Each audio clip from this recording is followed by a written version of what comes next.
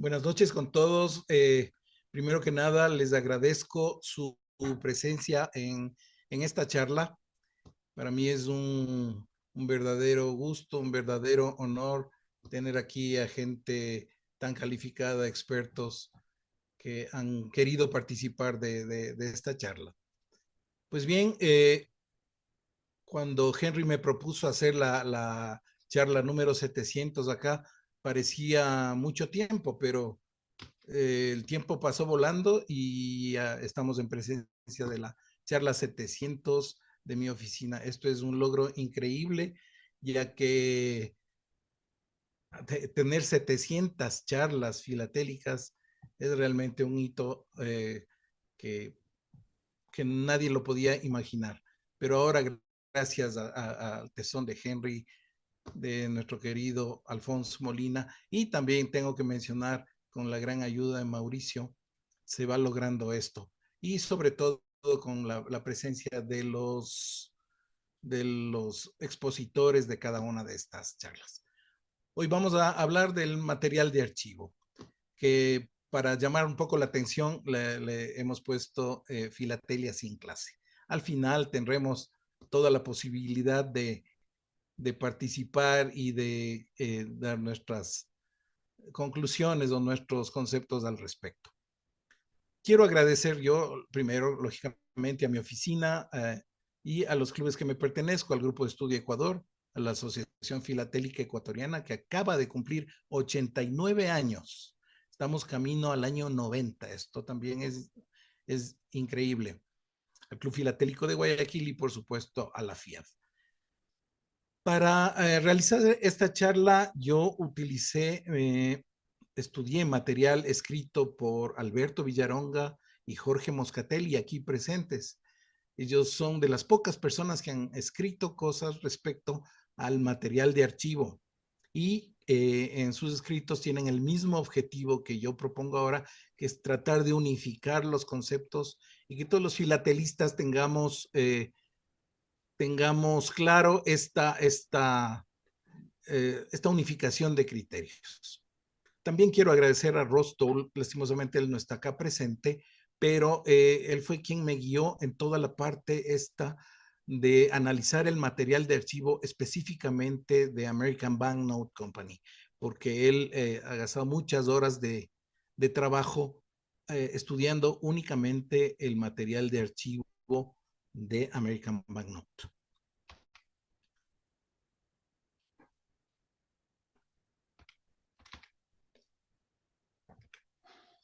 Inicialmente, la agenda de esta charla, haremos una pequeña introducción, enunciaremos el objetivo, luego analizaremos la generación de material de archivo, cómo se va produciendo el material antes de los sellos postales, luego haremos el análisis y trataremos de unificar los conceptos de los tipos de material de archivo. Analizaremos luego la nomenclatura del material de archivo de American Banknote, es importante tener eso. Luego veremos cómo los jueces hacen la valoración de cada tipo de material de archivo. Y finalmente algunas conclusiones o discusión. Para introducir un poco este tema, tenemos que decir que todos los coleccionistas de Filatel inician juntando los sellos emitidos. A medida que avanza en su coleccionismo, se dan cuenta que en el mercado filatélico muy de vez en cuando aparecen piezas muy parecidas al sello tipo, al sello original, pero no son exactas a las que tienen en sus álbumes y que llaman fuertemente su atención, pues seguramente están en presencia de material de archivo. Para esta charla, yo básicamente voy a ilustrarla con material de archivo de Ecuador, porque es lo que dispongo y se puede generalizar para cada uno de los países que ustedes pertenecen. El primer sello del Ecuador es desde el sello tipo del primer sello de Ecuador, es del medio real azul, así fue emitido, pero en el mercado se encuentra esta prueba en verde, en papel India. Entonces un coleccionista ve estas dos y realmente llama mucho la atención y la quiere tener. También tenemos unas pruebas en negro del primer sello de Ecuador. Entonces es un material muy, muy apreciado y ahora realmente muy escaso.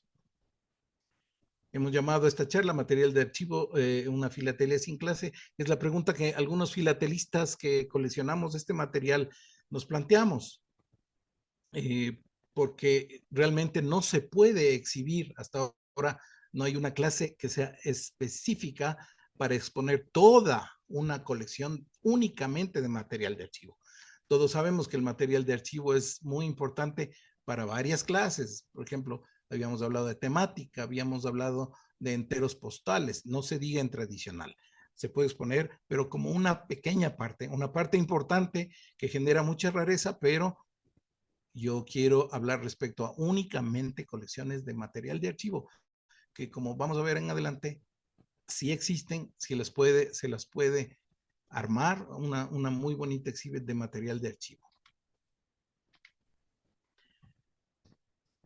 La importancia de estudiar este tipo de material está dada por su escasez y la belleza de este material. Aquí he puesto unos logos de varias de las empresas impresoras de sellos postales que lógicamente para la producción de sellos realizaron producción de material de archivo. Hay muy poca literatura e información existente y esto hace que se generen muchas confusiones, tanto en conceptos como en identificar los grados de rareza de los distintos tipos de material de archivo. Las imprentas, dependiendo del proceso de producción del sello, generan diversos tipos de material de archivo, que será el tema principal de esta charla. Volvemos a lo dicho, armar colecciones únicamente de material de archivo normalmente son enviadas automáticamente, como decía Yamil antes de la presentación, son enviadas directamente a la clase tradicional, pero con una penalización. Son penalizadas básicamente en el tratamiento, porque dicen, ¿por qué se presenta únicamente material de archivo? No se presentan cartas y sobres, porque justamente ese es el punto. Por ejemplo, en esta página, que es una exhibit solo de material de archivo, podemos ver el proceso. Tenemos una prueba en cartón de un sello precursor, el sello mexicano de un Real de México en 1856, cuyo grabador fue José Villegas, que es el sello precursor del sello de 4 reales del Ecuador, que es el príncipe de los sellos ecuatorianos. Aquí tenemos dos ensayos en rojo y en negro de este sello de 4 reales. Digo ensayos porque aquí el cóndor está mirando hacia la derecha, mientras que en el sello original el cóndor siempre está mirando hacia la izquierda. Tenemos también aquí una prueba en color dorado. Se cambió completamente el color de la tinta y el 4 reales, que es rojo, acá lo tenemos en dorado. Y acá tenemos una plana completa del 4 reales en negro.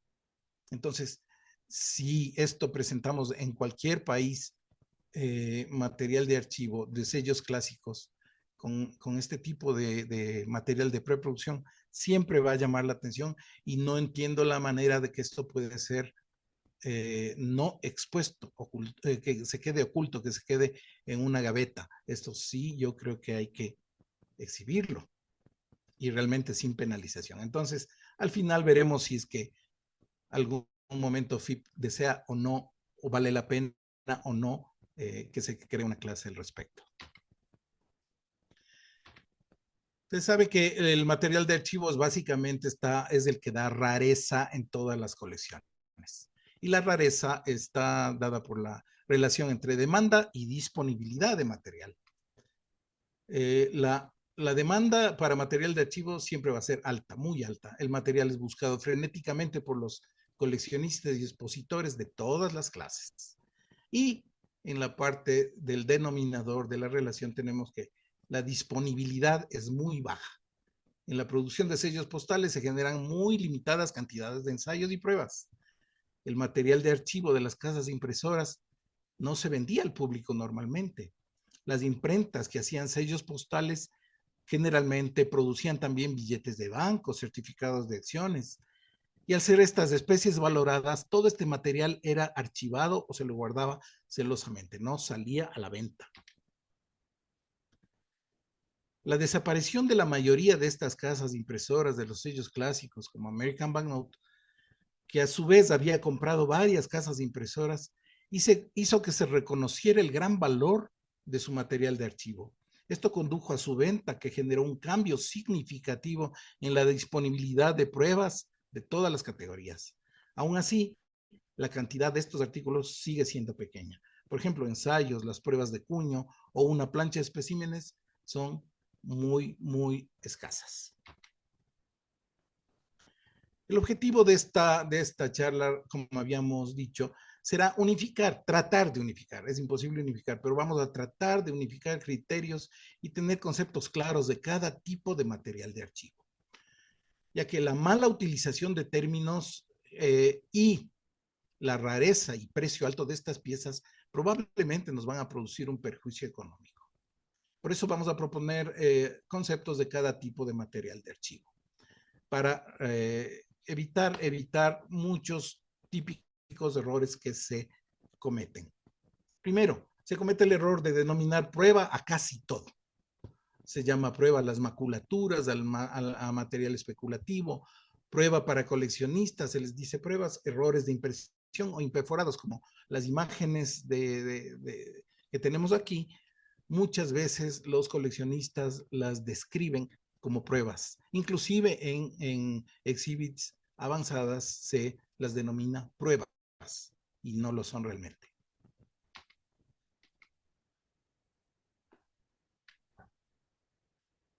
Las maculaturas, es un material de papel que se desecha durante el proceso de producción de estampillas debido a defectos o problemas de impresión, aunque generalmente se considera desecho, pero algunos coleccionistas las encuentran muy atractivas, ya que a menudo presentan errores de impresión únicos, variaciones de color o marcas inusuales. Entonces, también debemos estar claro que estas maculaturas no son pruebas.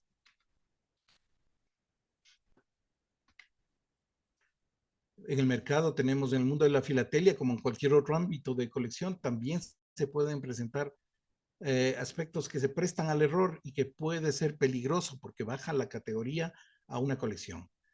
Se da irresponsablemente el nombre de prueba a un material especulativo. Sí, esto hay que evitar. Ahora están muy de moda las pruebas de coleccionistas, que son impresiones postproducción de los sellos contemporáneos, generalmente hechas con separación de colores, como en este caso, se las encuentra usualmente en Francia, España y algunos países africanos. Y estas pruebas de coleccionista son especialmente hechas con motivos comerciales. Sí se las hace con el cuño original, pero a propósito se hace esta separación de colores y por su cantidad emitida nunca van a generar una rareza para que sume en una exhibit. A los errores de impresión también se suele llamar pruebas, ¿sí? Los errores de impresión son variaciones no intencionales en las estampillas que ocurren durante el proceso de producción. Pueden incluir errores en el diseño, cortes incorrectos, dobles impresiones, falta de tinta o errores de perforación. Estas estampillas defectuosas pueden ser altamente valoradas por los coleccionistas debido a su rareza y singularidad, pero en ningún caso se sujetan a la denominación de prueba. Este es un típico error que encontramos en varias colecciones que se las denomina pruebas, siendo únicamente errores. Tenemos a los imperforados. Esto también es un error común que muchos imperforados se los tienda a llamar pruebas. Los imperforados son sellos que no tienen perforaciones o dentados en sus bordes. Las estampillas se imprimen a menudo en hojas grandes y luego se perforan para permitir su fácil separación. Sin embargo, debido a errores de producción o propósitos especiales, las estampillas pueden no estar perforadas. Estos sellos son considerados relativamente raros y valorados por coleccionistas como los de la imagen, pero tampoco se los puede denominar pruebas.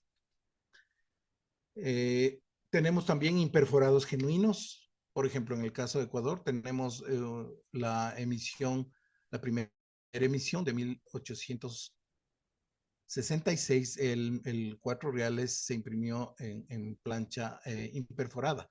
Estos sellos son imperforados genuinos, hechos a propósito de esta manera para ser cortados con tijeras. Los sellos imperforados son especialmente valorados por los coleccionistas debido a su rareza, pero en muy raras ocasiones cumplen los requisitos para hacer pruebas. Otro clásico error que se encuentra en muchas descripciones de las exhibits es confundir prueba con ensayo. Esto es muy importante saber que el punto de inflexión y la diferenciación entre prueba y ensayo es la aprobación del diseño definitivo y la correspondiente elaboración del cuño. Todo lo anterior puede llamarse ensayo y lo posterior al diseño definitivo y la elaboración del cuño, en adelante esto sí se llama o denomina prueba.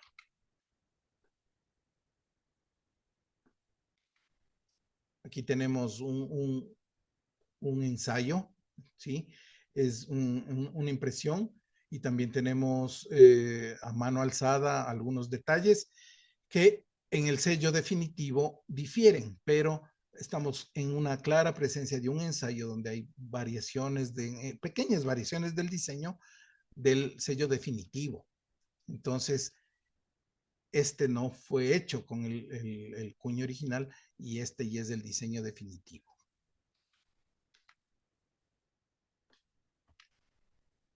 Acá tenemos otro ensayo, ¿sí? Este es un ensayo fotográfico del sello definitivo. Aquí tenemos la prueba de cuño de este sello, donde hay unas variaciones pequeñas, una menor distancia en la leyenda, no tenemos el recuadro en el valor facial, el adorno delante de la diligencia es diferente, en el ensayo las alas topan al borde, en el diseño final no. Entonces, esta es la manera también de distinguir a un ensayo de una prueba. Ahora vamos a hablar cómo se va generando el material de archivo. El proceso de producción de sello inicia con el decreto o resolución de la producción del sello. Luego, antes se hacían concursos, entraban los artistas a realizar bocetos, habían los diseños de artista, los trabajos fotográficos, luego los trabajos fotomecánicos, todo esto podían ser ensayos. Luego venía la aprobación del diseño definitivo por parte de la Administración de Correos y luego venía la elaboración del cuño definitivo. De aquí en adelante, se puede decir que ya están generadas las pruebas con la elaboración del cuño definitivo. Entonces vamos a tener pruebas de cuño, pruebas de color, pruebas de papel, pruebas de maqueta, pruebas progresivas, separación de colores. También viene la elaboración de la plancha de impresión y esto también genera material de archivo que son las pruebas de plancha, ¿sí? Tenemos la impresión de la plancha de los sellos definitivos y luego finalmente tenemos también material de archivo postproducción, que ya aquí viene la impresión de especímenes, de estas tarjetas index cards sí, index card que ahora están en el mercado.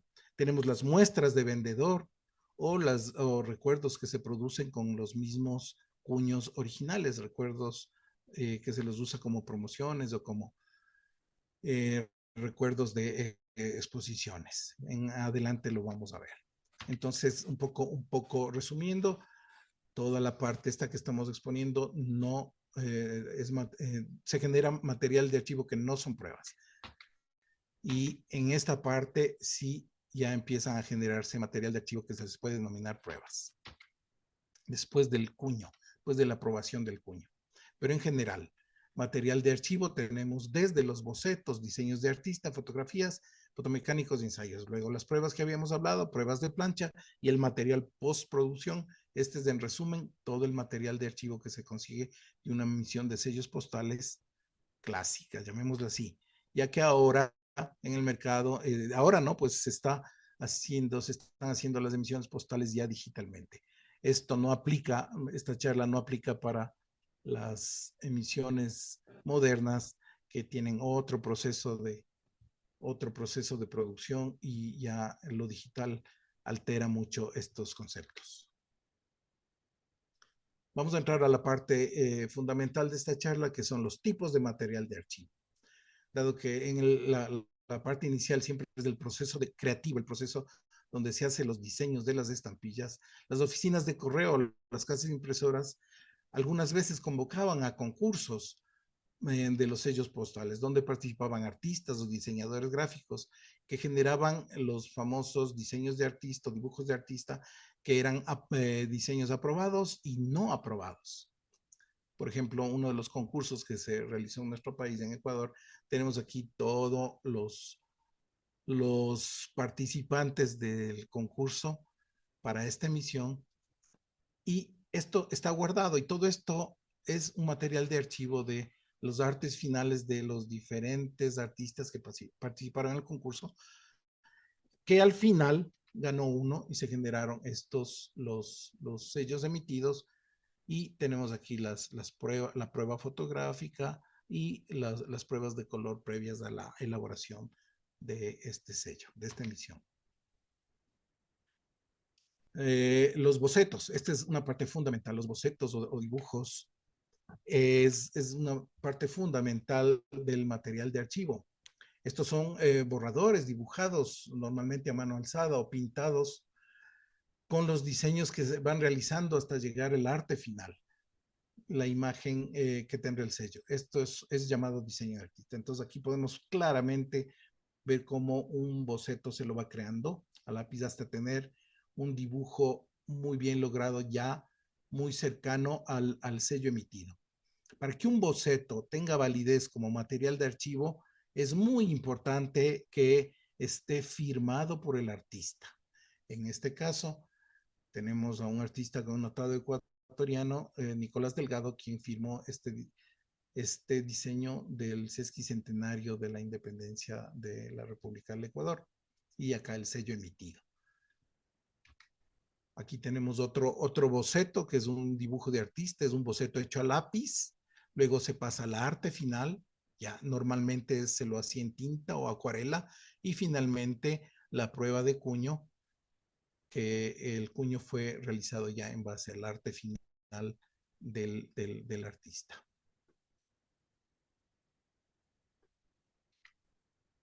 Continuamos viendo. Aquí tengo, por ejemplo, otro ejemplo de boceto.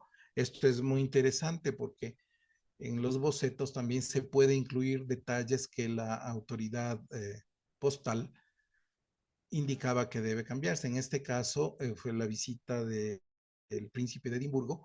El administrador postal decidió que debe ir a la izquierda el presidente del Ecuador y a la derecha el príncipe de Edimburgo, y cambió tanto el escudo como su imagen, y generó fue el sello postal emitido.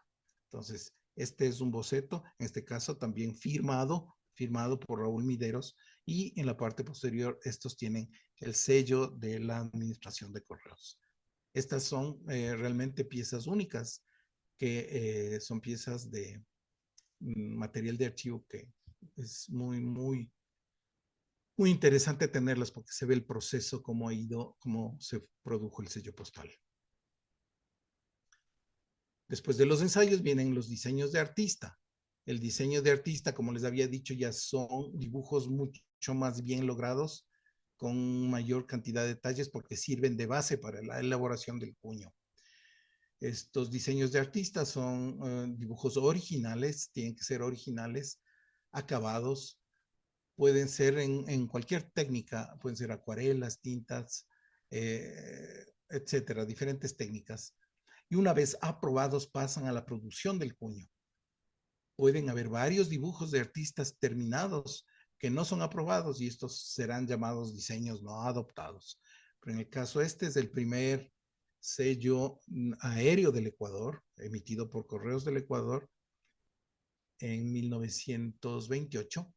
Es del avión volando sobre la ciudad de Guayaquil, y este fue el diseño, la prueba de artista, el diseño de artista que American Bank lo utilizó como base para realizar su cuño. Y aquí tenemos ya la prueba de cuño del mismo sello. Entonces, en este caso, usó una técnica de tinta y plumilla sobre cartulina en un formato grande, muy grande, de 20 por 15, y el grabador de American Bank fue Arthur Vogel.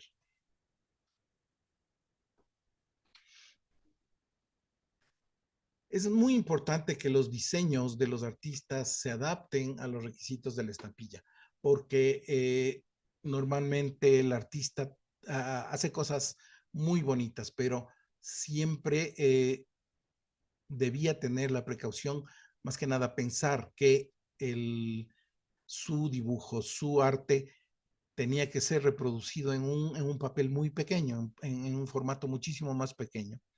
En este caso tenemos un formato, digámosle, A4 horizontal, que el artista Neptalí Ordóñez lo hizo, y el sello postal es simplemente un 3x2. Entonces, es muy importante que el artista haya pensado que su diseño va a ser reproducido en un papel, un formato bastante más pequeño. Tenemos aquí otro arte final de un connotado artista ecuatoriano, Osvaldo Viteri, que lastimosamente falleció hace muy poco tiempo, y él creó algunos de los diseños de los sellos ecuatorianos, sellos icónicos que se volvieron icónicos por ser hechos por un artista que luego se volvió un artista muy, muy famoso. Y aquí tenemos también la prueba de cuño y el sello definitivo emitido.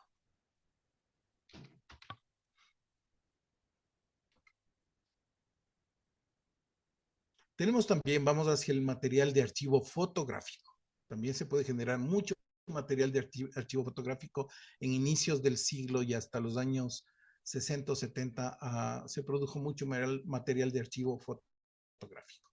Primero vamos a hablar de las fotos. Son simples fotografías en papel opaco, no transparente, en tamaños grandes, en tamaños diferentes al sello definitivo, que registran los distintos momentos del proceso de preimpresión o han servido como base del diseño del sello. En todos estos casos, tendrá validez filatélica las fotos originales que tengan sellos o firmas de aprobación de las autoridades postales o de las casas impresoras, porque ahora con la tecnología que disponemos, se pueden hacer muchas copias de una fotografía y para realmente certificar que son originales debe tener los sellos o firmas de que se trata, que estamos en presencia de una foto original. Si se fijan aquí, la fotografía esta sirvió de base para este sello. Acá tenemos la prueba de cuño y el sello definitivamente emitido. Tenemos también los fotomecánicos. Los fotomecánicos son fotografías o láminas transparentes del diseño definitivo, en el tamaño igual al sello. Si nos fijamos, ya los fotomecánicos tienen que ir del tamaño igual al sello, que dependiendo del método de impresión sirven para hacer el cuño o placa de impresión. Este es un material poco usado en colecciones filatélicas. Es muy difícil encontrar este material como material de archivo de preproducción, pero es perfectamente válido y es un material de archivo que también tiene cierta importancia. Vamos a hablar, a profundizar un poquito más respecto a los ensayos, que son las impresiones previas que difieren en pequeños rasgos del diseño finalmente emitido. Estas impresiones preliminares se realizan antes de crear el cuño o plancha definitiva para la producción en serie de estampillas y nos permiten ajustar y mejorar el diseño definitivo en aspectos como colores, tamaños y técnicas de impresión. Aquí presentamos un ensayo fotográfico, del sello de una mariposa. El ensayo dice 10 centavos. El sello emitido definitivamente fue un sello de 20 centavos en rosado. Y tenemos aquí el 20 centavos en violeta, que es un ensayo, varió el color. Aquí tenemos un 10 centavos en rosado y un 10 centavos en verde. Entonces, estas pequeñas variaciones las llamamos ensayos hasta tener acá el diseño definitivo. Estos ensayos también son muy valorados por los coleccionistas debido a que a su singularidad y su importancia en demostrar cómo fue el proceso de producción de cada uno de estos sellos. Vamos a resumir que los ensayos están orientados hacia la experimentación creativa y técnica de las primeras etapas del proceso de producción. Son apreciados en la filatelia por su valor histórico y artístico, así como por su contribución a la comprensión de la evolución de las estampillas y los procesos de impresión. Aquí mostramos otro ensayo que tuvo como base una fotografía en blanco y negro, luego se realizó a mano alzada los detalles del valor facial y de algunos otros detalles del sello postal. Estas fotografías también deben tener el sello o la firma de aprobación en la parte posterior. Presentamos aquí otro ensayo fotográfico y el sello definitivamente emitido con algunas variaciones. Si se fijan, los triángulos en el borde son diferentes y tenemos algunos rasgos que difieren entre el ensayo y la prueba definitiva.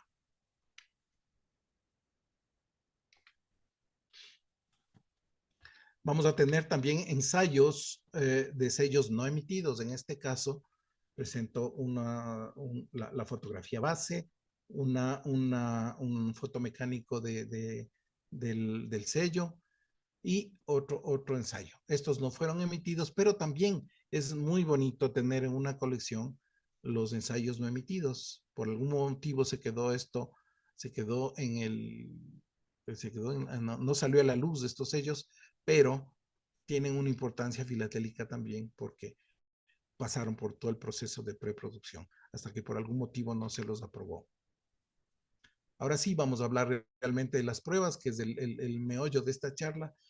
Y vamos a decir que las pruebas son sellos o especies filatélicas de las cuales se han preparado ejemplares impresos con los cuños originales y definitivos, previamente aprobados por la autoridad administrativa postal, en diferentes tipos de papel, colores para su definitiva aprobación o como ejemplares de preproducción para comenzar el proceso de producción definitivo.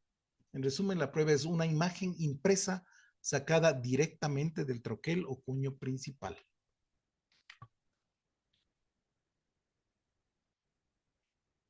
Acá tenemos algunos ejemplos de pruebas de cuño. Tenemos aquí una prueba de American de un timbre telegráfico. Aquí tenemos la prueba de una viñeta, también hecha por American Bank. Y aquí tenemos pruebas de color hechas por el Instituto de Grabado de París. Y así son como se fueron generando diferentes tipos de pruebas. ¿Sí? En resumen, prueba es una imagen impresa sacada directamente del troquel aprobado con el diseño definitivo.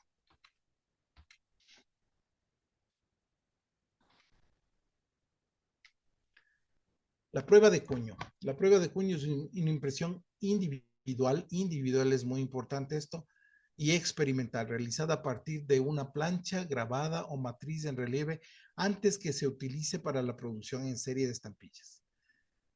Estas pruebas de cuño se crearon para evaluar la calidad, el diseño y los detalles del cuño antes de que se realice la tirada completa de la impresión. Las pruebas de cuño son una parte esencial del proceso de fabricación de las estampillas y desempeñan un papel importante en la garantía de la autenticidad y calidad del diseño final. Las pruebas de cuño permiten a los impresores y diseñadores observar cómo se verá la estampilla impresa antes de comprometerse con una producción a gran escala. Estas pruebas también pueden ser utilizadas para fines de archivo y documentación, proporcionando evidencia tangible de los procesos de diseño y producción. Las pruebas de cuño pueden variar en términos de colores, papeles y formatos. Aquí quiero hacer una acotación importante. En algunas colecciones, en la descripción de algunas colecciones, cuando los filatelistas presentan estos materiales, en algunos casos los llaman cuños directamente a estas pruebas, los llaman cuños. Esto es un error y definitivamente tienen que llamarse pruebas de cuño. Tenemos también las pruebas de color. Las pruebas de color hechas con el cuño aprobado y definitivo es la impresión en una sola tinta o múltiples colores para evaluar la reproducción cromática y cómo los colores interactúan entre sí. Entonces, tenemos también aquí tipos de pruebas de color, o inclusive tenemos pruebas compuestas de varios valores de la emisión que se van produciendo. Cualquiera de estas pruebas de cuño suele ser altamente valorada por los coleccionistas debido a que son normalmente piezas únicas y piezas experimentales.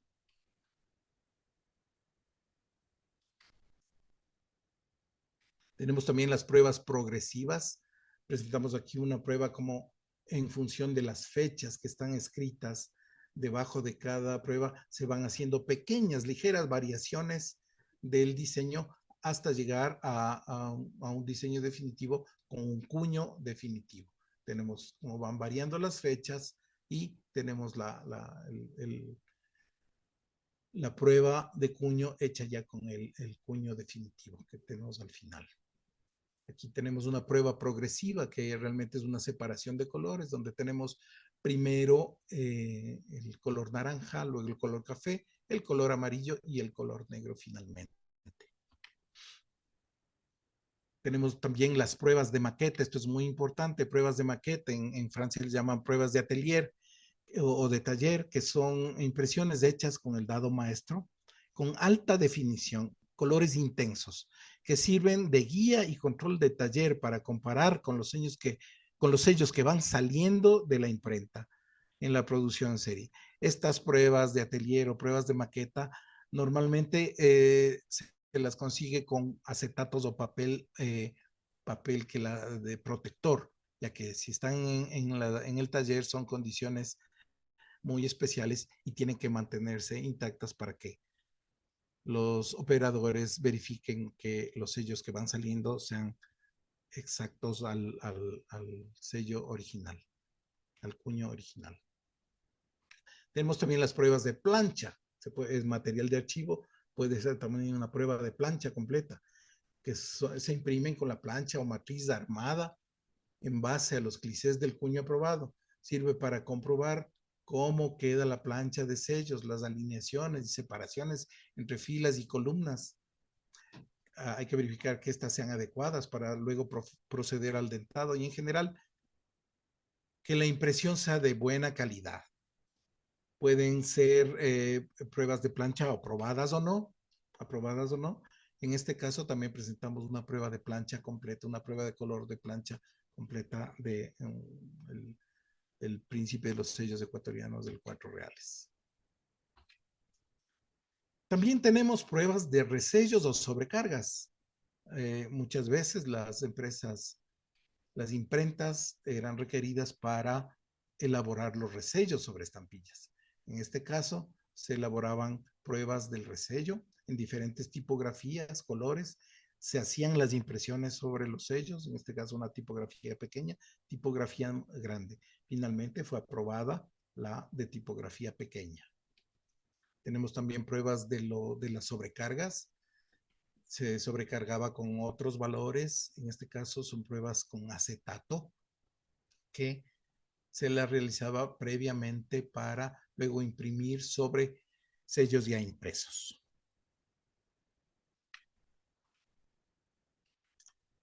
Un poco más general, vamos a mencionar otros tipos de prueba. Por ejemplo, en el Ecuador, que en nuestras estampillas a partir de 1973 empezó a producir sellos postales del Instituto Geográfico Militar, que a su vez hacía la impresión de los mapas del país. Entonces les quedaba muchos remanentes de papel de mapa y generaban estas impresiones en diferentes tipos de papel que ahora son muy apreciadas por los coleccionistas porque eran pruebas que se realizaban sobre papel de mapas, ¿no? Y ahí se hacían también papeles sobre diferentes texturas y, por ejemplo, papeles con tinta de seguridad, ¿sí? Tenemos aquí unas pruebas hechas sobre un papel con tinta de seguridad que se le puso la fluorescencia de este papel, se imprimió con demasiada cantidad, de tal manera que se puede apreciar simplemente a simple vista el, las letras de la fluorescencia. Y acá el sello emitido ya en un papel normal. Tenemos también las pruebas de posición. Estas son impresiones que muestran cómo se orientará la plancha de estampillas vertical o horizontal y cuán alineada está. Tenemos también otro tipo de pruebas que es la prueba de retoque o inspección. Son impresiones que incluyen notas manuscritas para los retoques en el diseño original, para refinar detalles o corregir errores. Normalmente tienen firmas de responsabilidad. Ahora sí vamos a hablar ya de los dados y cuños, dados o cuños. Estas piezas metálicas, estas necesariamente tienen que ser piezas metálicas. El cuño no es una impresión en papel, el cuño es una pieza metálica que sirve para imprimir las pruebas de dado o las pruebas definitivas. Está autorizada ya ahora la exhibición de las pruebas de los cuños, llamémosle así, de los cuños metálicos. En esta parte, Rostol ya ha hecho muchas exposiciones donde presenta ya los cuños que normalmente tienen entre 3 y 4 milímetros, son piezas metálicas. Me ha indicado cómo es el proceso para exhibir esto. Él consigue un material, una cartulina o una esponja, un tipo Fomix de 3 o 4 milímetros, del ancho igual al de la prueba, corta una ventana, hace la impresión normal de la página, que la pega sobre este Fomix o este cartón, sobre este cartón, y vuelve a cortarlo para tener la ventana. Y queda muy bien montado la prueba metálica. El único problema aquí que se genera es para el comisario. El comisario que va llevando esta colección, que tiene cuños integrados a su exhibit, le van a pitar los escáneres y va a tener problema. Entonces, en este caso, valdría la pena que estas páginas de la exhibit se las monte ya en el sitio y llevando el cuño por separado para no tener problemas en los aeropuertos. Vamos a hablar también del material postproducción. Podemos generar, o sea, generado material de archivo postproducción. Esto abarca una variedad de elementos relacionados con las estampillas tipo. Se generan después de la emisión oficial. Estos elementos ofrecen un vistazo adicional a la historia, el diseño y los procesos postales, los que los convierten en una adición interesante a las colecciones filatélicas. Este material postproducción fueron impresos, fueron producidos después del sello postal y son lógicamente impresas también con cuños o matrices originales. Su rareza dependerá de la cantidad de piezas impresas. Presentamos aquí unas piezas postproducción de una de las series de multas del Ecuador, hecha por Hamilton Banknote, donde se las encuentra desmonetizadas. Acá tenemos unos especímenes de Waterloo & Sons de la emisión del centenario de la República del Ecuador, donde tenemos en diferentes colores, impresos en diferente color al emitido. Son realmente muy vistosas, muy apreciadas por los coleccionistas, pero estamos en presencia de material postproducción. Los especímenes también son material postproducción, que en muchos casos se los imprimía indicando que es espécimen y el nombre de la casa impresora. Este es el sello definitivo. Y en otros casos, como el que presentamos acá a la derecha, tenemos esta es la primera hoja de recuerdo del Ecuador. Se las imprimía poniendo el resello espécimen y perforándolas. Es curioso aquí que la primera hoja recuerdo del Ecuador vino con un error de ortografía, que se puso gira con J y no con G.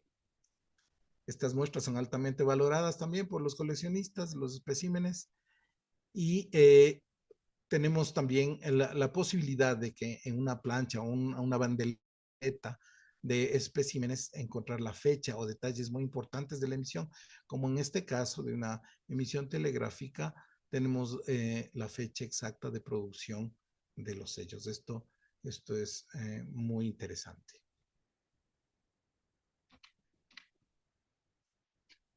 Habíamos dicho que también podemos tener material de archivo postproducción, por ejemplo, para diferentes exposiciones.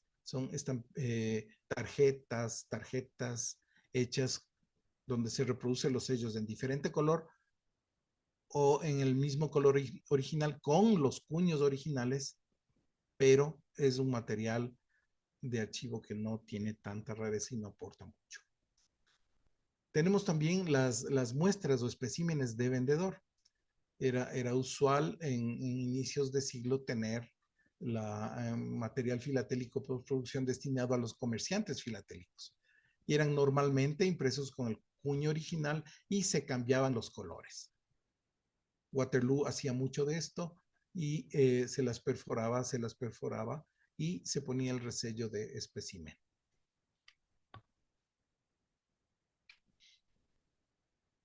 La parte quinta de nuestra charla,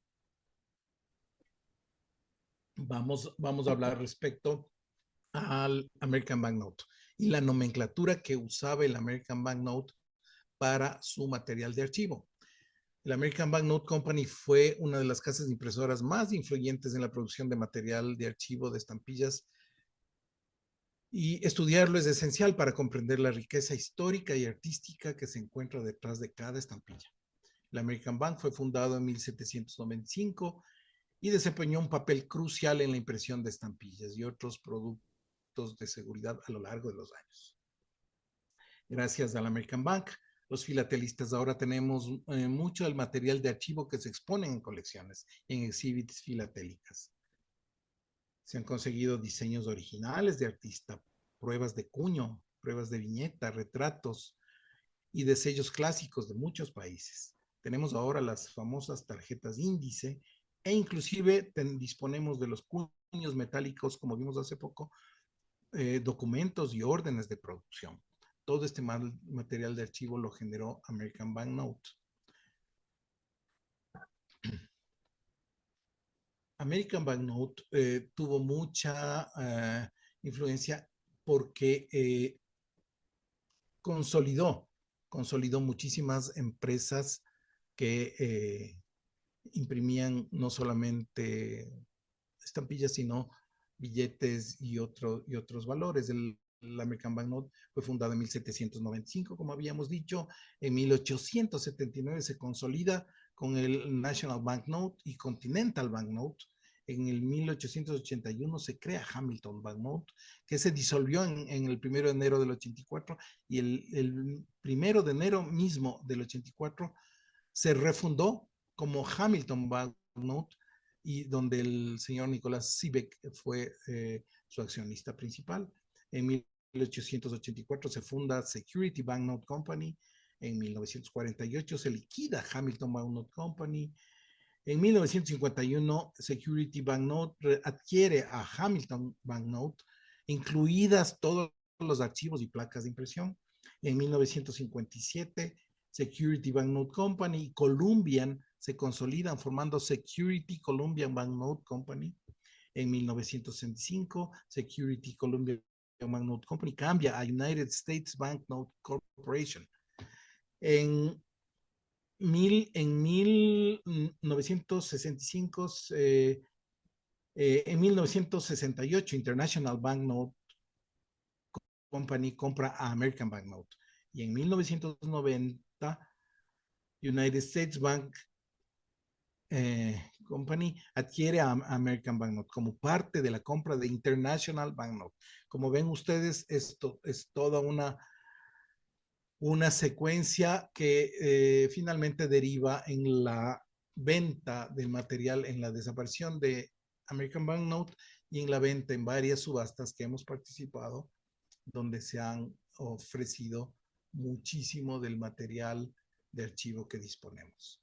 No solamente para estampillas, sino también para billetes u otros valores. En American Banknote se usaron 3 sistemas de numeración a través de los años de esta empresa. La primera fase de numeración fue entre 1858 y 1879, debido a que American Banknote Company fue adquiriendo varias casas de impresoras norteamericanas como Hamilton Security, entre otras. Tuvo que renumerar, fue muy importante renumerar todo el material de archivo propio y el que iba adquiriendo, y sus archivos tenían necesariamente que ser renumerados.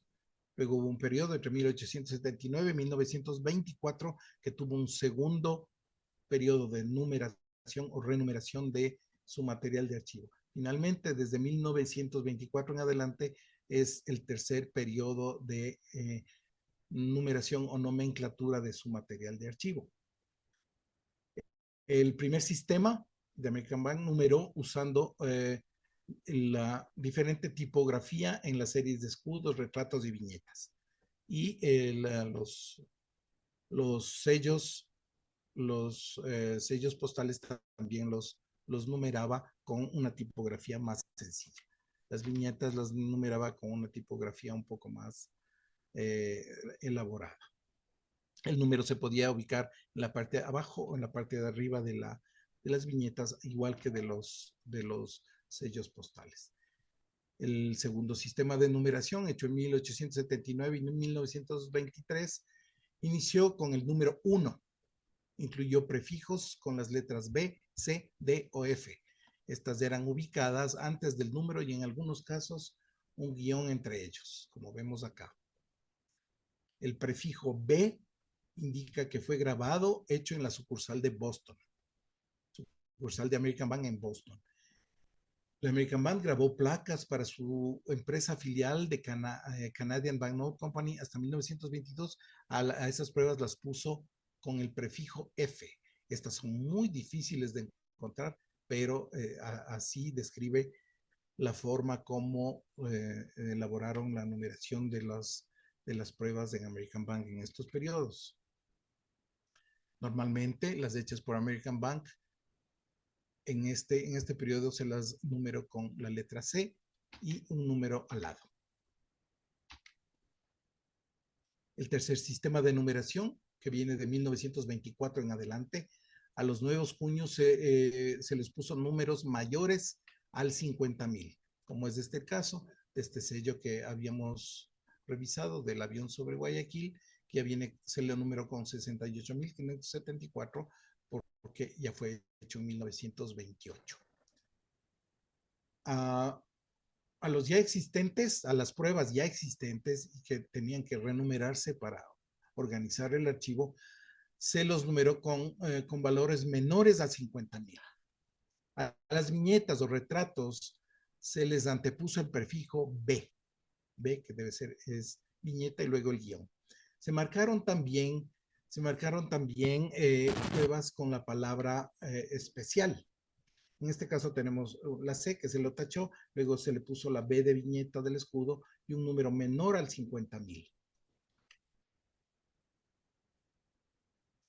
Hablamos de las especiales. Estas especiales eran renumeraciones hechas específicamente para un solo país, un solo cliente de American Bank, porque este es la estampilla de Eloy Alfaro de Ecuador, que solamente se podía usar en Ecuador, y vino con el prefijo B antes del número, y en este caso un número mayor a 50,000. Finalmente, ya yo creo que por razones de ya logísticas, ya no pudieron hacer una numeración ordenada y decidieron hacer numeraciones hechas a mano. Hay muchas renumeraciones del material de archivo hechas a mano, como es este caso de una imagen de Valdés de Ecuador, que previamente tuvo la letra C, 414, y luego se le puso a mano el número 86. Entonces, esos son los tres tipos de numeración en los tres periodos. Para ver más claramente esto, tenemos aquí el escudo del Ecuador, que tiene realmente tres numeraciones. Vemos el 694 original, tachado. Luego tenemos la B de viñeta y un número menor a 50,000, dado que fue hecho antes de el año 1923, que es la 47,214, es del escudo del Ecuador. Finalmente tenemos la renumeración hecha ya a mano. Este mismo escudo, esta misma viñeta sirvió para hacer los enteros postales de 2 y 3 centavos en 1885. Luego pasa un tiempo y el mismo escudo fue reproducido para elaborar los enteros postales de 1916. Y nos fijamos acá, el mismo fue nuevamente renumerado ya como B89,584, que sirvió para realizar las emisiones del centenario de la Constitución de los Estados Unidos, donde vemos el mismo escudo. Y finalmente tenemos acá el mismo escudo en timbres consulares emitidos por Ecuador. Entonces es todo un proceso de renumeración del material de archivo de American Bank. En esta parte, lógicamente, para entender un poco esto, el trabajo de Rostov es genial porque él tiene ya documentado todo esto. Sin ese trabajo sería realmente imposible ponerse a entender cómo fue hecha la nomenclatura del American Bank. Ahora tenemos ya a partir de 1924 la presencia de las famosas index copies o index cards o cardex. Estas son tarjetas hechas en cartulina y esto ya es un material postproducción. Muchas veces no se lo describe como se debe, se le pone como prueba de cuño, se les llama de diferentes tipos y es muy importante decir que es una index card y que fue hecha después de 1924, que sí contiene la prueba de cuño, contiene la prueba de cuño, pero adicionalmente nos otorga muchísima más información. Tenemos el año, tenemos el número del cuño, tenemos el número de factura, tenemos la fecha, tenemos inclusive datos del grabador y tenemos el PEM, que es el Pre-Engraving Material, y nos da detalles de cómo fue hecho el diseño original. Entonces, en el mercado ahora están circulando muchísimas tarjetas índice o index copies que nos dan toda esta información y es una magnífica pieza para exhibir. Tenemos también las órdenes de producción. Este es un material de archivo realmente muy escaso, muy raro. En realidad esto no ha salido a la venta. Tenemos aquí estas imágenes que por el trabajo de Bernie Beston, que se pasó metido en la biblioteca de la American Philatelic Society, logró extraer de ahí, porque esto no ha salido a la venta. Son los cuadernos de donde se encuentran los detalles de producción de muchos sellos en el American Bank. Entonces, están en la biblioteca esta de la American Philatelic Society y se puede ver aquí como a mano alzada dice cantidades, valores. Por ejemplo, en este caso de esta indicia del entero telegráfico emitido por American en 1925. Este material es extremadamente raro y no ha salido a la venta realmente. Los especímenes hechos por American Banknote han ido cambiando de tipografía. Por ejemplo, presento aquí tipografía un poco más grande. En 1887 un poco más pequeña, fueron reduciendo. En 1984 los sellos ya tenían la palabra, el resello espécimen, ya uno por cada estampilla. En 1909 ampliaron un poco la palabra espécimen. Aquí hay unas ligeras variaciones de espécimen. y con el tiempo fueron variando la tipografía de los especímenes de embrión. Esto solamente a manera de... Vamos a hablar un poco de cómo los jueces valoran la rareza del material de archivo que algunos expositores presentan en sus colecciones. En esto me he apoyado en el estudio que hizo tanto Jorge Moscatelli como Alberto Villaronga. Ellos hicieron encuestas a varios jueces contemporáneos y necesitaban establecer una valoración de los grados de rareza, siendo 4 las más importantes, 3 las muy importantes, 2 las importantes y 1 de importancia moderada. Entonces, aparte de eso, yo he hecho algún trabajo también para encuestar a varios jueces y se ha logrado tener una tablilla donde los jueces pueden valorar. Entonces podemos ver que un boceto preliminar lo valoran como 2 de rareza, un dibujo definitivo aprobado 3 de rareza, el material fotográfico 1, las pruebas de cuño de un sello clásico 4, es la más alta rareza, la prueba de cuño del sello no clásico 3, tenemos los ensayos de sellos clásicos 4, los ensayos de sellos del siglo XX 3 y los especímenes un grado de rareza 2. ¿Sí? Entonces esto es muy interesante estudio de cómo los jueces valoran el grado de rareza del material de archivo.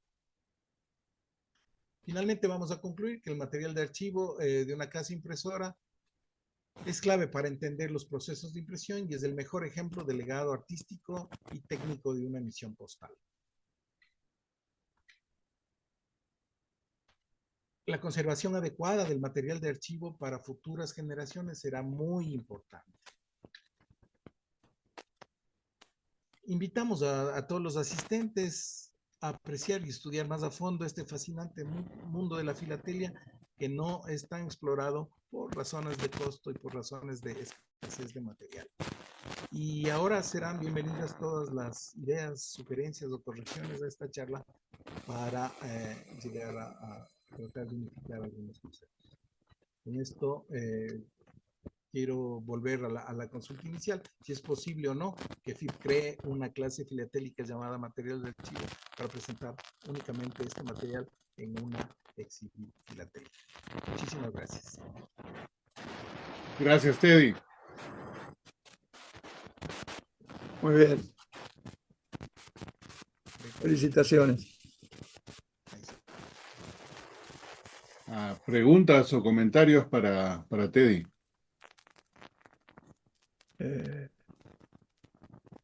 Heinz. Sí, muchas gracias, Teddy. Muy interesante tu presentación.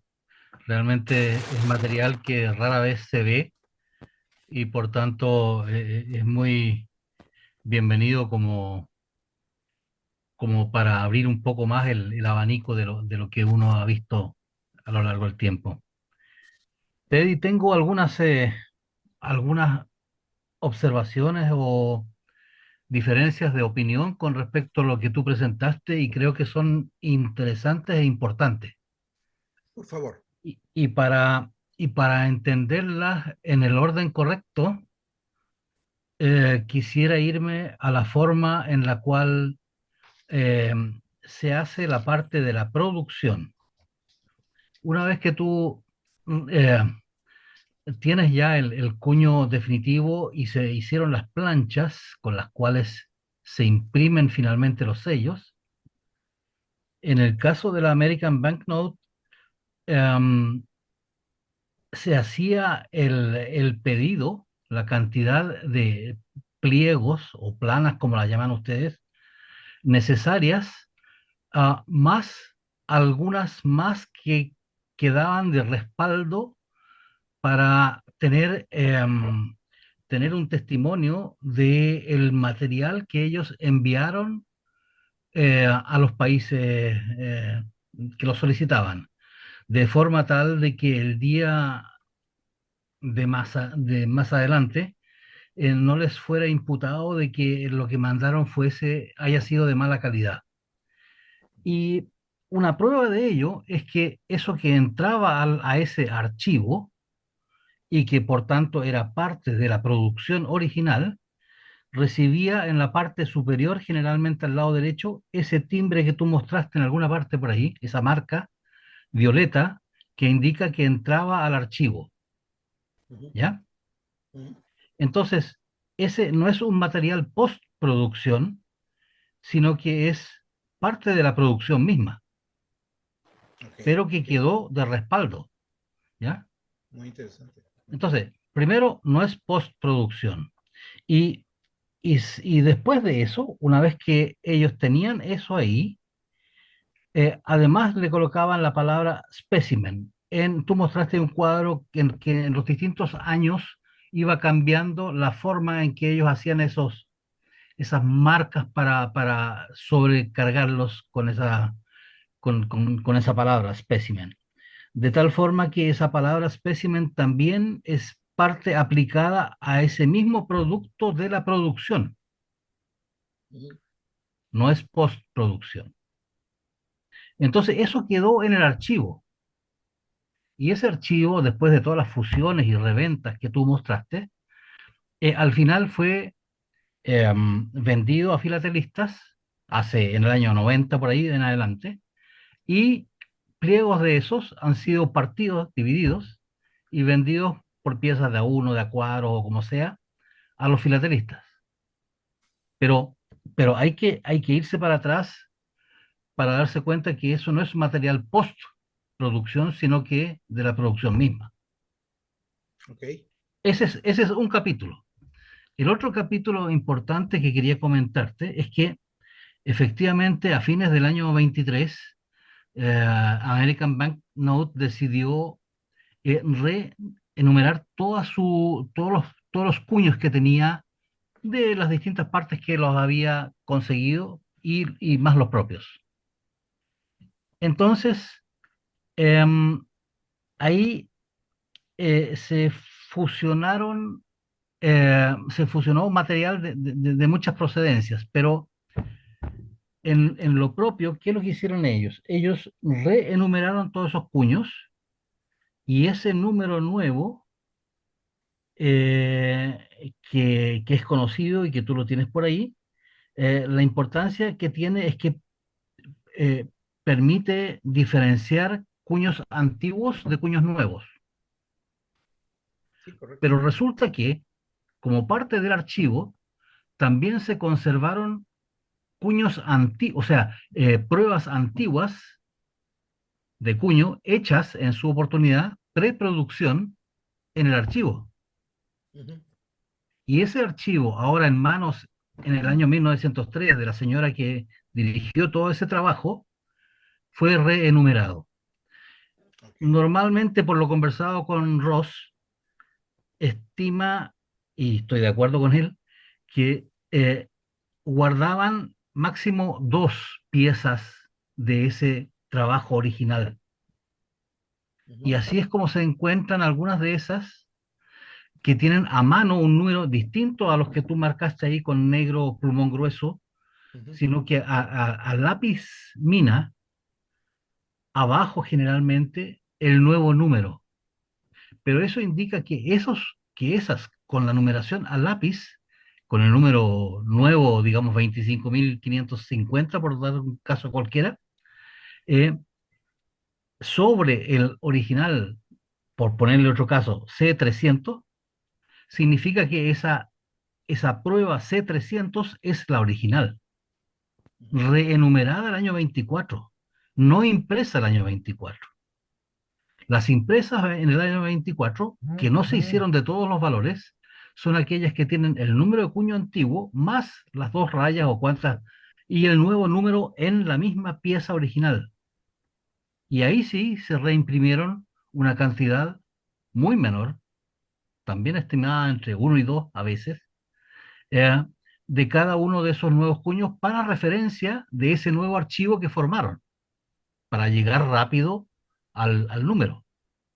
De tal forma que, por ejemplo, juegos de pruebas en negro con esas rayas y el nuevo número se presume que existen solamente un juego de cada una para haber hecho ese producto.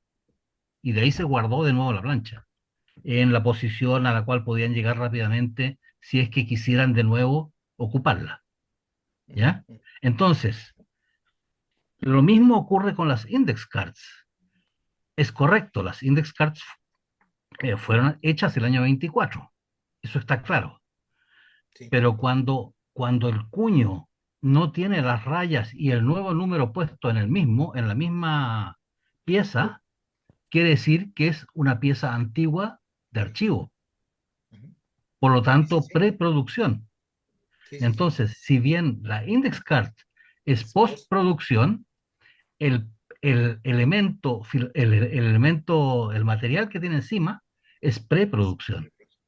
Correcto. Y eso creo que es importante poder discernir en qué momento es preproducción, en cuál es postproducción.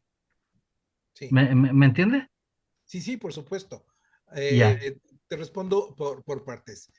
Respecto a lo que tú dices de los especímenes, sí, puede ser material que se guardaba, pero posteriormente, después de la producción, se imprimía la palabra espécimen y se los perforaba. Entonces, esa es una manera de poder ubicarlo como material postproducción, debido únicamente al resello y a la perforación. Pero lógicamente, estás tú muy bien en que fueron hechas con el cuño original y en preproducción.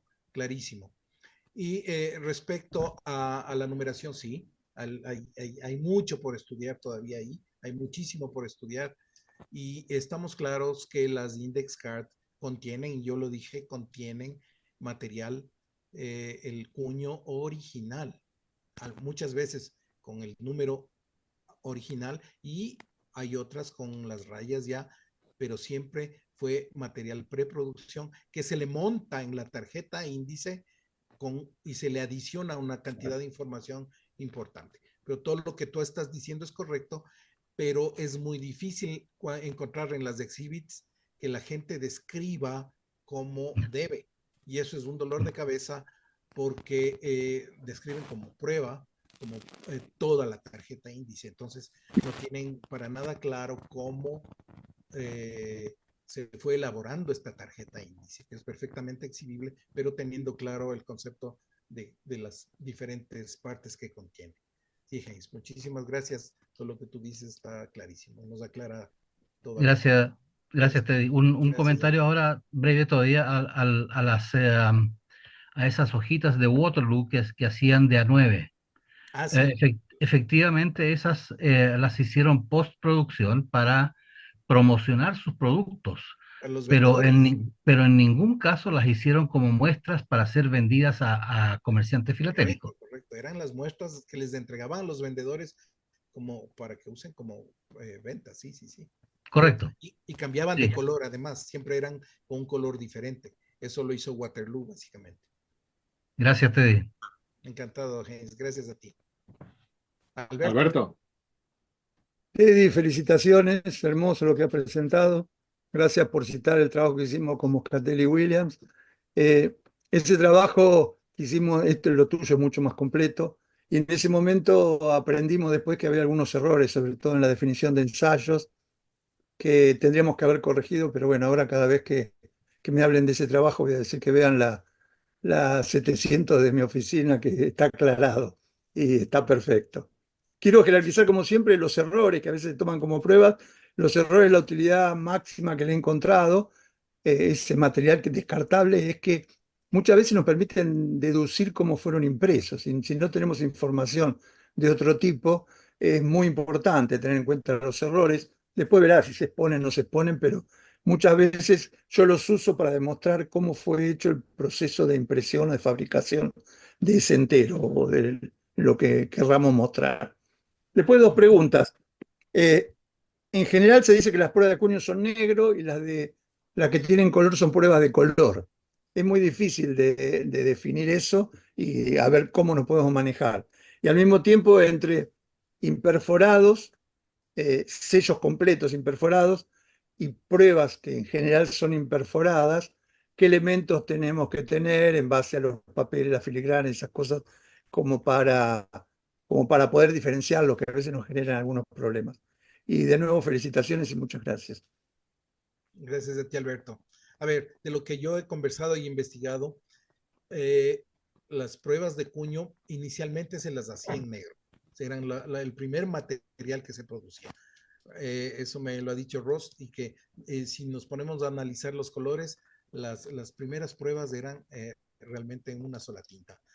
Y luego las pruebas de color, sí, pueden llamarse ya con el color definitivo, con variedad de colores, pruebas de color, pero es muy difícil, solamente porque hay pruebas de color en negro y pruebas de varios colores que llevan el mismo número, porque son hechas con el mismo cuño.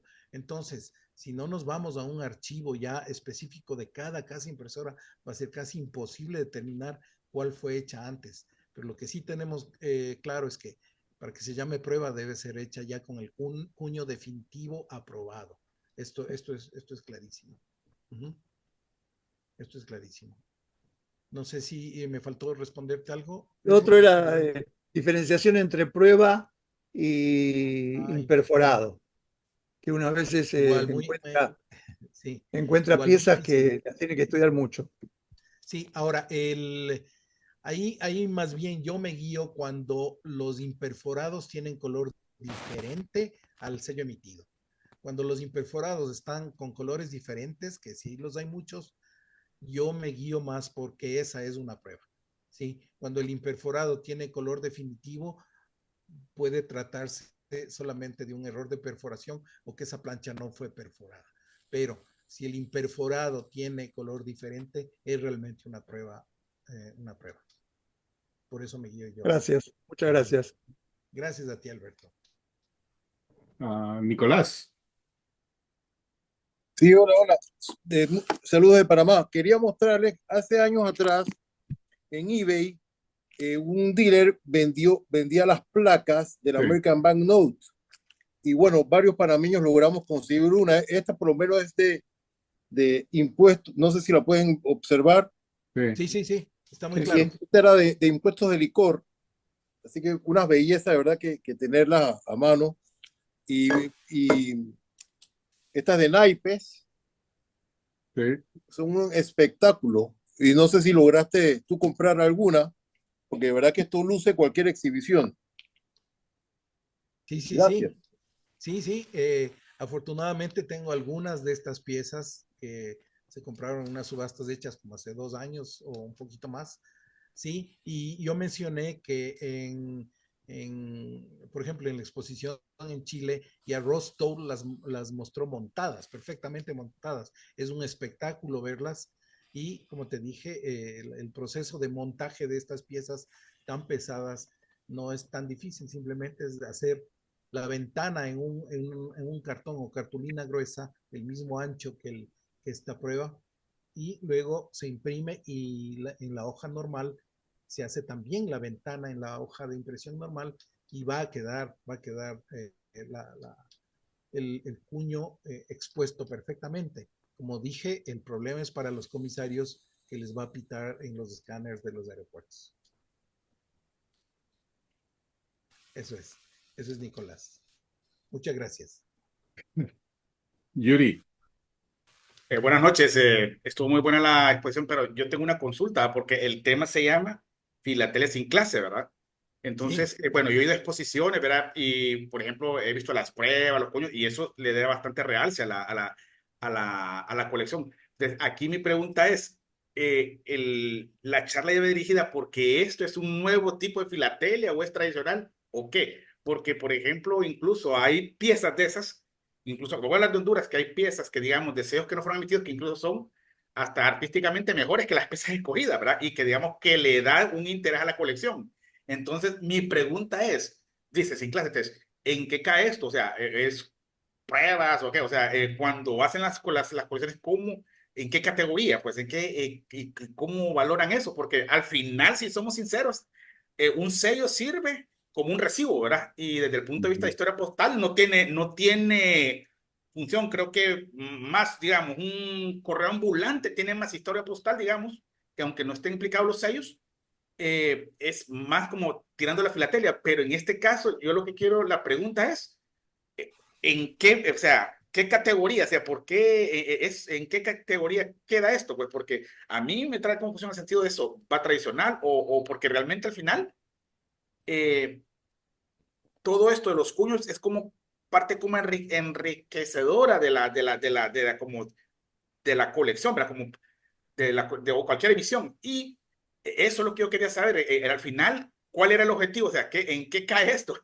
Porque el tema era filatelia sin clase y realmente no es, creo que no es así. Sí, Yuri, tú estás muy bien.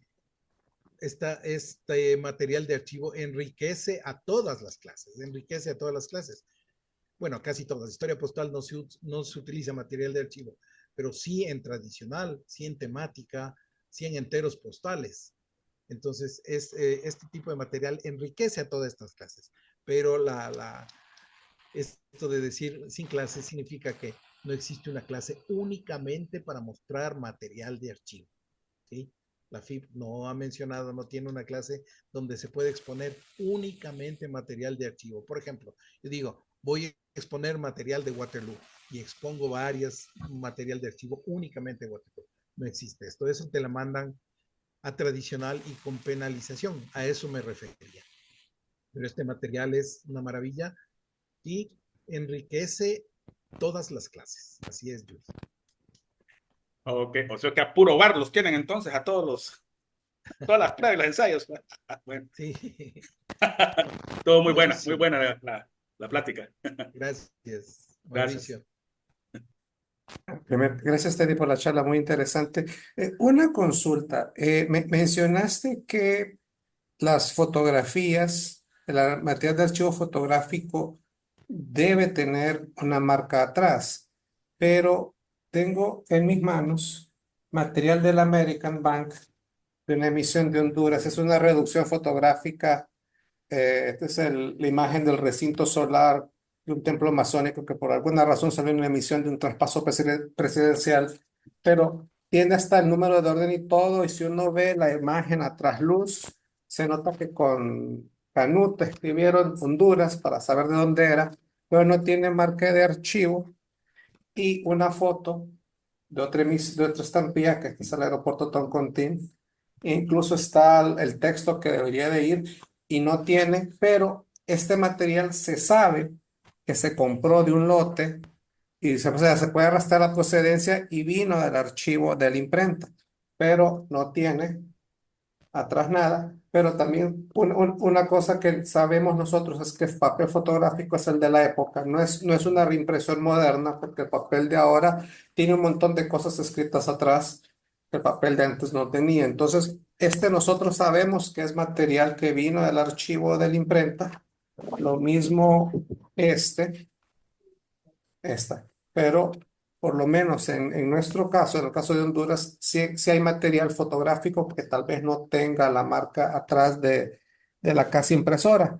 Hay otro que sí, porque también lo hemos visto, pero hemos visto muchos otros que no tiene, así que a lo mejor si hay varias piezas fotográficas que pueden servir de archivo, que no tienen marca de archivo, o sea, del impresor, pero sí vienen de ahí. Lo comento porque puede ser que en los países que están aquí representados, más de alguno de ustedes tenga alguna pieza en las mismas condiciones, pero sí valdría la pena colocarlas, aunque no tenga atrás la marca de archivo, pero sí nosotros sabemos que es original por la época y por la procedencia del mismo material. Mauricio, Sí, dime. yo me refería que necesariamente, es mejor que tenga la Yo marca sé, claro que del sí. sello, pero si no la tiene, vas a necesitar de un certificado. Eso sí, claro. Para elaborar ese certificado, los expertos van a decir, es papel original, es de la época, es el que se utilizó, y ese certificado sí te va a servir. Pero si no está certificada, yo puedo Y hacer claro. varias copias de tu material. Ahora la tecnología es impresionante, puedo hacer copias y puedo exponer como material de archivo. Pero o un juez meticuloso sí te va a exigir un certificado de cada una de esas piezas. Ok, sí, te lo agradezco. Y nuevamente, gracias. Muy interesante toda la investigación que hiciste y que nos presentaste el día de hoy. Y qué bueno que esto va a quedar grabado para la posteridad. Así que nuevamente te di muchas gracias. A ti, Mauricio, muchas gracias por tu apoyo. David. Muy buena charla, Teddy. Nos sacaste muchas dudas. Yo, siguiendo con lo que dijo Nico, tengo una duda. Tengo también aquí una placa de Panamá, ahorita, donde dice, primero dice especial, special, C1382, y viene tachada. Y luego viene una B pequeña, 43404. Haz de cuenta, algo así. Ya, Pero correcto. ¿por qué viene tachado el especial y le dan otra numeración? Se trata de una viñeta, no verifiqué el dibujo de qué es Sí, la placa. sería esta viñeta. Aléjalo un poquito, No, David, porque el plástico refleja y no se nota mucho. ahí sería esta viñeta. Ya, Es correcto. un puente. Entonces, sí, se trata de una viñeta, es una prueba de la viñeta, entonces por eso que está con la B. Pero si fue tachada es que fue renumerada con el proceso que yo te dije. Es renumerada, es perfectamente válida esa pieza. Fue de American Bank y renumerada y es una pieza fantástica que la debes exhibir, ¿no? Pero la duda es, esta placa supuestamente es de 1915. Le Ok, pusieron el primer número que dice especial C13, ya, y luego en 1925 le agregaron el otro número o hicieron una placa nueva. ya. El especial era que México era el único que podía usar No es de Panamá, esa viñeta. Eran es Panamá. específicamente para Panamá. Ok, Panamá era los únicos que podían usar, era el cliente especial de American Bank. Eso es. Y no sé si borraron la palabra especial y luego la numeraron. ¿Con qué número la numeraron? No No, tengo dice claro eso. palabras, dice especial C1382 y el Ok, C1382 está tachado y abajo viene con una tipografía un poco diferente, B48404. claro, todo eso fue antes de 1923, por eso tiene la numeración menos de 50,000, porque luego de 50,000 cambiaron la numeración, entonces eso es una pieza antigua, entonces es exactamente lo que yo me referí. Bueno, luego Es me un buen ayudas con ejemplo. este caso en particular. Y luego sacaste una material fotográfico de una, no sé si era un puente o una presa, es lo que no pude distinguir. Sí, sí, sí, es un puente, es un puente. Ah, ok. Si lo pones a la venta, me hablas. Ya sabía que iba a decir eso. Es un puente ecuatoriano, creo que se llama el puente Sal si puedes, y luego hay la estampilla de eso. Eh, Salsa. Bueno, luego platicamos en privado. ok, listo, listo. Gracias, Kenny, muy buena charla. Ya, David, un abrazo. Marisol, Hola amigos, buenas noches, ¿cómo están? Hola. No tengo la cámara puesta porque estoy aquí en mi habitación. Es tarde por aquí. Oye, bueno, te quería agradecerte. Oye, realmente súper buena tu presentación y bueno, básicamente este tipo de material enriquece alguna temática o alguna colección que estás armando, ¿no es cierto? Enteros o sellos, etcétera. Y bueno, les quería contar un poco respecto de la colección que tenemos nosotros como familia, que son los cupones de respuesta internacional, porque justamente ya hace unos meses atrás ampliamos un poquitito el abanico de salirnos de los cupones y tratar de encontrar pruebas de color, ¿no es cierto? Y bueno, obviamente son súper escasos, pero no me llamó la atención en una que logré conseguir con un coleccionista. Es una prueba de color, pero con ensayos de obliterado también. Y eso me llamó la atención. No lo vi dentro de tu presentación. No sé si sea común que se ensaye el obliterado en el sello para ver cómo quedan los colores y eso. Así que espero tenerla pronto esa digamos, ese cupón o esa prueba de color más el obliterado, que realmente se ve súper bonito y creo que también, digamos, sería una parte del abanico de que no me pareció haberlo visto dentro de tu presentación. O si corresponde, tal vez para los enteros postales sea más común que para los sellos. Eso solamente, sí que muchas gracias, Teddy, y nos vemos. Hola Marisol, claro que sí, yo quedé encantado con tu colección de cupones de respuesta.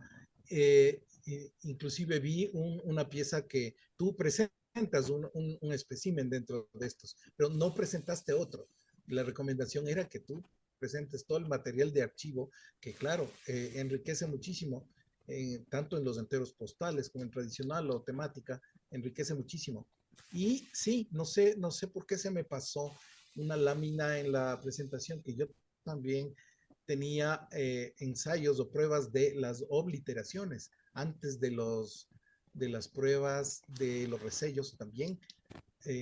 Hay material de archivo suficiente de las obliteraciones porque es parte del material de archivo y los correos también realizaron pruebas de los canceladores o de los matasellos. Sí, sí, sí. Sí, me parece una maravilla que tú sigas consiguiendo este material y mejorando tu linda colección. Muchas gracias, Teddy. Ahí, no, Henry, ahí vamos a llevarla a Buenos Aires en 5 marcos. Vamos a ver cómo oh, nos... ya. Excelente, Marisol. Sigue adelante. Henry.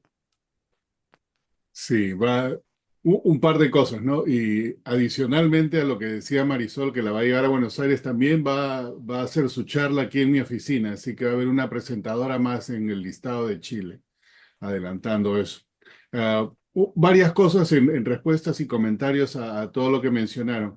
En primer lugar, últimamente ya mi oficina no tiene la cantidad de gente que tenía inicialmente visitando las presentaciones en vivo porque todos hemos regresado a nuestra vida normal. Pero más de una persona ha hecho referencia al título que empleaste para tu charla, Teddy. Así que los que quieran tener más gente y en su charla, pónganle un título provocativo, así medio controversial, y van a ver que todo el mundo viene acá a discutir. Así que eso está fabuloso. Buena estrategia, úsenla. Yo la voy a usar para la próxima, voy a poner algo medio raro. Eso por un lado. Por otro lado, Heinz hacía comentarios referentes a los index card y la pieza que iba en el medio. Efectivamente, son piezas anteriores a cuando se produjo el index card en 1924, pero hay de todo. Hay estampillas, hay pruebas, hay las pruebas posteriores, inclusive hay las pruebas mismas hechas en 1924 que hay en un index card. Ahora, se mencionó que el index card era uno. Yo de una estampilla de Perú he visto tres diferentes index cards. Así que, y curiosamente los tres tienen un material distinto en el centro. Entonces, eso sería un punto a considerar por ahí. Mauricio comentaba de las fotos. Yo también tengo fotos de estampillas impresas por la American Bank que no tienen nada en la parte de atrás. Y la verdad, de Perú yo no he visto ninguna que tenga algo atrás. Entonces, de repente, o era qué sé yo, era el empleado quien la manejase o cuál sería el protocolo, pero definitivamente por el papel sale, pues que es de esa época, ¿no? Entonces, las de Perú, por lo menos unas que tengo yo de la estampilla número 2 aérea, todo el material vino en su folder de la American Bank, así que esa ni vueltas que darle. Otro comentario era refiriéndose a tradicional, ¿no? Entonces, este material entra en tradicional. Sí, es tradicional. Y como comentábamos antes de empezar la charla, pero en tradicional esto viene a ser una parte de lo que se espera en tradicional, ¿no? La estampilla emitida, los usos y toda esa cuestión. Y hacíamos el comentario en ese momento que lo repito ahora, quizás merezca tener su propia clase como solamente pruebas como también de la parte tradicional del 100%, los usos, es una clase individual que se llama historia postal. Es un tratamiento distinto, entonces fundamentalmente, por lo menos yo no le veo la diferencia a sacar este pedazo pruebas, material de archivo, como se le quiera llamar, como en algún momento se sacó los sobres y ahora se llama historia postal. Van a haber posiciones y definitivamente las posiciones todas son válidas. Tradicional también es lo que se llama el catch-all, ¿no? Lo que no entra en ningún lado te lo mandan a tradicional y te lo mandan penalizado de por sí. Yo sé de muchísimas casos, pero hay uno que me llamó mucho la atención una vez de una colección de, creo que era de Bolivia, y era más que nada fisco postal o hablaba de presidentes, creo que era de Ariel. Y esa colección, o quizás me estoy confundiendo, pero esa colección como fiscal encajaba perfecto, pero porque le había mezclado estampillas con piezas, se la mandaron a tradicional y se la penalizaron mucho. O sea, creo que también un principio debería ser en qué categoría una colección va a estar más favorecida en realidad de mandarla tradicional, que lo único que va a hacer es tirarla al suelo, ¿no? Entonces, digamos que ese ya es un principio de reasignamiento. Y había una cosa más aquí. No, eso era todo el comentario que quería hacer. Excelente, Henry. Gracias por todo tu aporte. Sí, de acuerdo. Ahí sigue Federico. Federico. Buenas noches, profesores. Buenas noches a todos.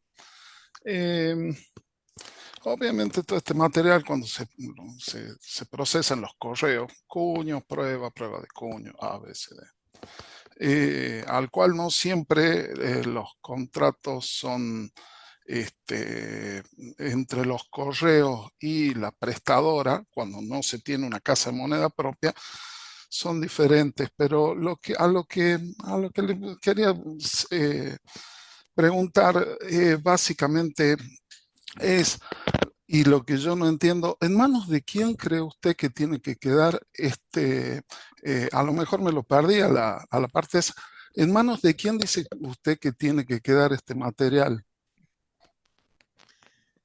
Bueno, en general debería estar en manos de los correos de cada país. Debería estar ahí, pero esto salió en subastas públicas y todo este material está completamente disperso sobre todo con los coleccionistas, con nosotros. Todos nosotros tenemos material de archivo, entonces lo importante es que sea expuesto, lo importante es que se lo presente, que se sepa cuál fue el proceso de impresión de cada emisión postal. Es importante que se lo presente. Es por eso el deseo de haber hecho esta charla para que se dé el valor que merece el material de archivo. Pero en general, respondiendo a tu pregunta, creería que eso siempre debería estar en manos del correo. Después de que la casa impresora ya cerró, debería estar en manos del correo, pero ahora está en manos de los coleccionistas. Teddy, ¿me permites añadir una cosita ahí? Adelante. En tu respuesta, solamente de contexto. En el caso del American Banknote, quien contrataba con ellos explícitamente aceptaba una cláusula que decía que todas las pruebas quedaban en manos de del American Banknote. Ellos nunca le daban nada al que pedía. Entonces, contractualmente ya las entidades que mandaban emitir, de alguna manera ya dejaban de ese derecho sobre la propiedad de esto. Lo que sucedió con la American Banknote después de todos estos cambios es que al final cerró y quien compra esa compañía compra todo el material, todo el metal, todo el papel, todo lo que fuera, y ahora es dueño de eso, y esa persona, basado en el previo acuerdo que ya el American Bank no tenía legalmente con todos los que contrataron, era dueña de todo y podía hacer lo que sea. Por eso este material del American Bank Note existe en manos legítimamente de todos los coleccionistas, porque es la manera que llegó. Ahora, los correos, si hubieran querido tenerlo, estaban al tanto, también pudieron haber competido para conseguir su propio material que inicialmente por contrato no les pertenecía, era el material del American Bank. No sé cómo será con los otros impresores, pero ese es el caso más típico y por eso pues hasta ahora se ve ese tipo de material, ¿no? Y disculpa, Teddy, por añadir esa parte, pero creo que era importante porque lo he escuchado ya como 2 o 3 veces. No, clarísimo, muchísimas gracias. Es un gran aporte, clarísimo, gracias. Heinz. Sí, gracias. Es correcto lo que dice Henry, ¿eh? Hay que ponerle atención a eso. Yo quería hacer un comentario a dos o tres intervenciones con respecto a la reasignación de una colección a otra clase. Y creo que el punto fundamental está en que el filatelista debe elegir claramente y adecuadamente la clase en la cual quiere exponer. Entonces, si una colección muestra em, eventuales puntos de discrepancia entre lo que presenta y la clase en la cual está presentando, el jurado tiene el derecho de cambiarla de clase. Pero, y aquí el punto que quiero comentar, pero no es vía penalización, es muy al contrario. Una colección se cambia de clase cuando el jurado cree que no corresponde a la clase en la cual está presentada y que en otra clase, a determinar, va a obtener un mejor puntaje que el que obtendría a aquella clase en la cual equivocadamente se presentó. ¿Me entiendes? El concepto es justamente el contrario. El jurado busca que la colección obtenga la justa evaluación, pero en el lugar correcto. No, no vía penalización, sino que vía llevándolo a otro lado para que aquel jurado en su categoría, en su clase, la evalúe correctamente. Gracias. Muy interesante, sí. Heinz, pero en el caso de presentar únicamente, la palabra únicamente es importante aquí, material de archivo, yo he visto en una colección colombiana también que es únicamente de material de archivo, la mandan a la clase tradicional y la penaliza en la parte de tratamiento. Le dicen, únicamente me presenta material, entonces no está aquí presentada con el tratamiento típico de una exhibit hecha en tradicional.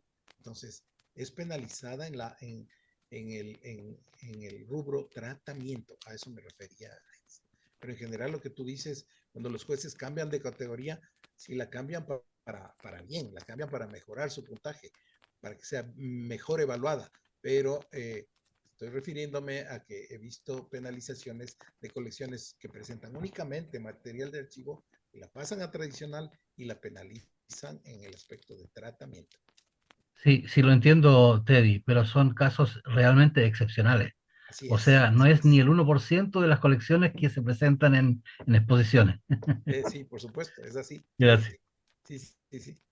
Y bueno, y siempre va a haber subjetividad, ¿no? Porque van a haber esos Ah, casos y cada exposición tiene diferentes jurados y cada jurado va a actuar de alguna manera, digamos, un poco distinta. Eso también hay que entenderlo. podría. Ujú. Ok. Alberto. ¿No?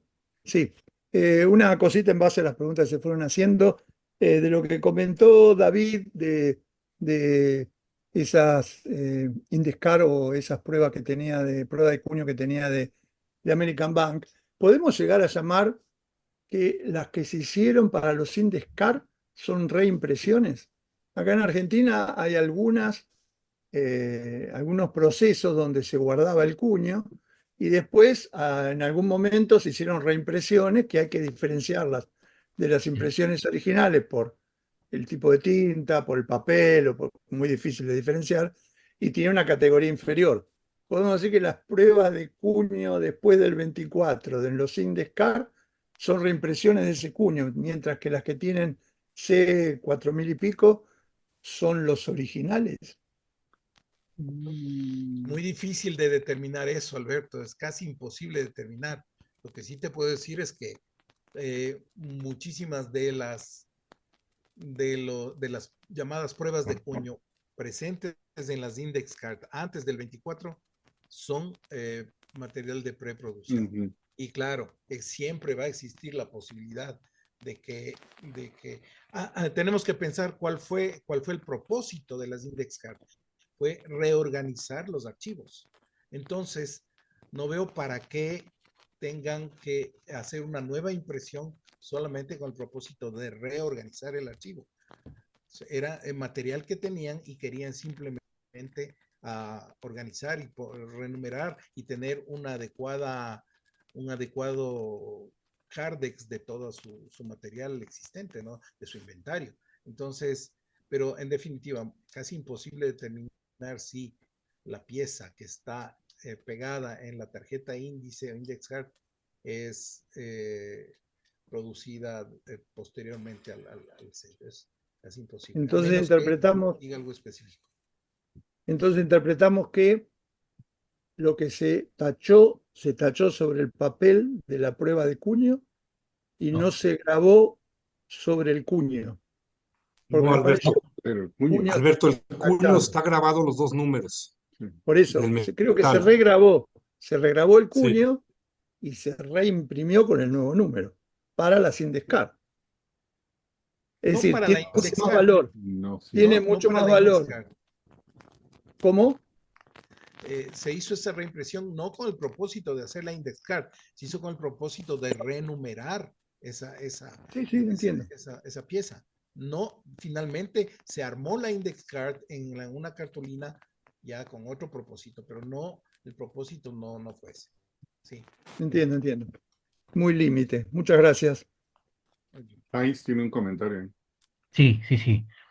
Y también lo preguntó David en delante y no fue respondida directamente. Esas pruebas en las index cards son pruebas cuando no tienen el nuevo número y las rayas tachando el antiguo, son pruebas originales de preproducción. Sí. Esas pruebas con las rayas y con el nuevo número son intervenciones que se hicieron en el cuño original. Y ese cuño original fue modificado con esas rayas y ahí se imprimió para específicamente la index card y no para producir una cantidad para filatelistas. Por lo tanto, se hizo eventualmente solo una. Okay. Una vez, claro. Eso es muy interesante. Seguramente esa información te la dio Ross, tal vez. Lo hemos comentado. Ok, gracias. Eso es un gran aporte. Eso es nuevo. Muchas gracias, Heinz. Yo tengo una opinión respecto a esos tachados y volviendo ya al plano de tradicional en general, preproducción, usos y misión. En mi colección de llamitas, la primera estampilla de entrada del Perú, yo siempre evité, y a pesar de que me las ofrecieron, ponerlas tachadas. ¿Por qué? Porque en realidad como ya se ha dicho aquí, es postproducción. Entonces, la llamita se emite en 1868 hasta el 75, todo un periodo, estas son del 24, y ese fue el argumento una vez que le di a un juez que me hizo ese comentario, te faltan las pruebas en negro. Yo le digo, tengo las pruebas en negro originales, con los números originales, la que él estaba hablando eran las que eran tachadas, y tuve que explicar eso. Estas las hicieron en 1924, 50 años después. Eso no entra en esta colección. Esta colección está en el título que dice 1868 al 75. Yo no digo 24 por ningún lado, inclusive por ahí lo tengo en el comentario, me dijo, sugiero añadirla, sugiere, pero no la voy a hacer, esta colección es mía, no tuya. Así que esa fue la anécdota que tengo yo y la manera que yo veo las tachadas. Ahora, en el plano que tú lo pones, material de archivo, definitivamente entra, porque el material de archivo tiene toda una vida en el archivo que incluye esa renumeración. Muy bien. Muy estricto tu juez, muy estricto. Sí. Está bien. Pero no, yo no me podía mover a otro lado, estaba en tradicional, así que bueno, por lo menos ahí me dejaron. La parte cómica. Bueno, muy interesante discusión. ¿Alguna pregunta, comentario o algo adicional? No hay nadie más. Teddy, muchísimas gracias. Ha sido un gran tema, mucha dinámica de conversación y te agradecemos mucho y felicitaciones. Siempre felicitamos las charlas que terminan en un número entero, ¿no? 700, todo eso. Pero a mí me gusta siempre reconocer esto. Esta es la charla número 700, pero la única razón que es la charla 700 es porque hubieron 699 antes. Así que a todos los que nos han hecho llegar acá y los que nos van a hacer llegar a la 1000, gracias. Bueno, Gracias entonces a con ustedes. eso, y el día de mañana.